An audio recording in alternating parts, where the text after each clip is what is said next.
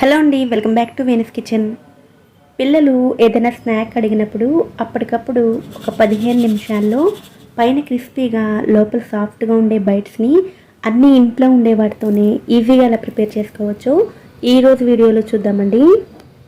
ఈ బైట్స్ని ప్రిపేర్ చేయడం కోసం 3 మీడియం సైజ్ బంగాళదుంపలను కుక్కర్లో 5-6 విజిల్స్ వచ్చేంత వరకు ఉడికించుకుని పైన పొట్టు తీసేసుకుని పూర్తిగా చల్లారనివ్వండి.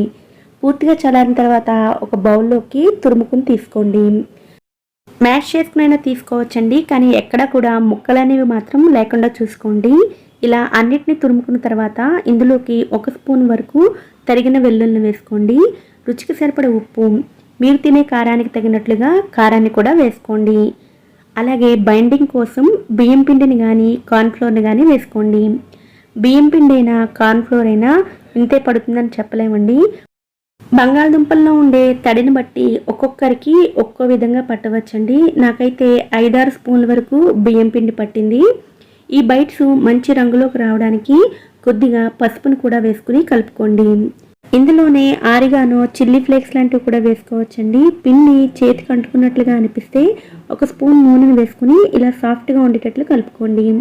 ఇలా పిండి మొత్తాన్ని కలుపుకున్న తర్వాత కొద్దిగా ముద్దను తీసుకుని ఫ్లాట్గా ఉండే సర్ఫేస్ మీద ఇలా వీడియోలో చూపిస్తున్నట్లుగా రోల్ చేసుకోండి.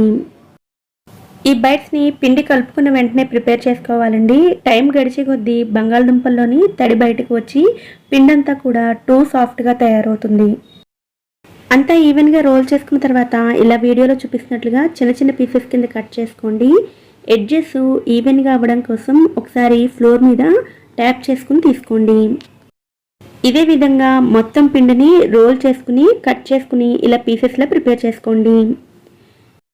ఇలా ప్రిపేర్ చేసుకుని వీటిని క్రిస్పీగా ఎలా ఫ్రై చేసుకోవాలో చూద్దామండి. అందుకోసం స్టవ్ మీద డీప్ ఫ్రైకి సరిపడా ఆయిల్ని వేడి చేసుకుని ఆయిల్ వేడైన తర్వాత ఫ్లేమ్ని మీడియంలోకి మార్చుకుని ప్రిపేర్ చేసుకున్న బైట్స్ని వేసుకోవాలి. ఆయిల్కి సరిపడినన్ని బైట్స్ని వేసుకోండి.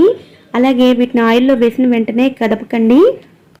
1 నిమిషం పాటు ఫ్రై అయిన తర్వాత గరిటెతోటి అన్ని వైపులా ఈవెన్గా ఫ్రై అయ్యేటట్లు కలుపుతూ ఫ్రై చేసుకోండి. హై ఫ్లేమ్లో ఫ్రై చేస్తే ఇవి తొందరగా కలర్ వచ్చేసి లోపల సరిగ్గా ఉడకవండి.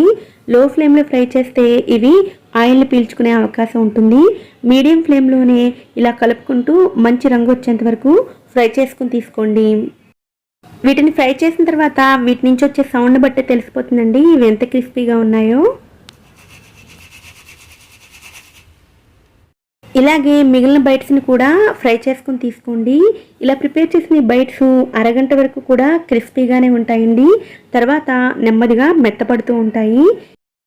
ఈ బైట్స్ని ఇలాగే డైరెక్ట్గా తీసుకోవచ్చండి. పిల్లలకైతే టమాటా కెచప్తో సర్వ్ చేస్తే ఇష్టంగా తింటారు. ఈ సింపుల్ స్నాక్ రెసిపీని మీరు కూడా తప్పకుండా ట్రై చేయండి. ఈ వీడియో కనుక మీకు నచ్చినట్లయితే వీడియోని లైక్ చేసి ఇలాంటి మరిన్ని రెసిపీస్ కోసం ఛానల్ని కూడా సబ్స్క్రైబ్ చేసుకోండి. నోటిఫికేషన్స్ మిస్ అవ్వకుండా ఉండడం కోసం పక్కనే ఉండే బెల్ ఐకాన్ని కూడా యాక్టివేట్ చేసుకోండి. Thanks for watching.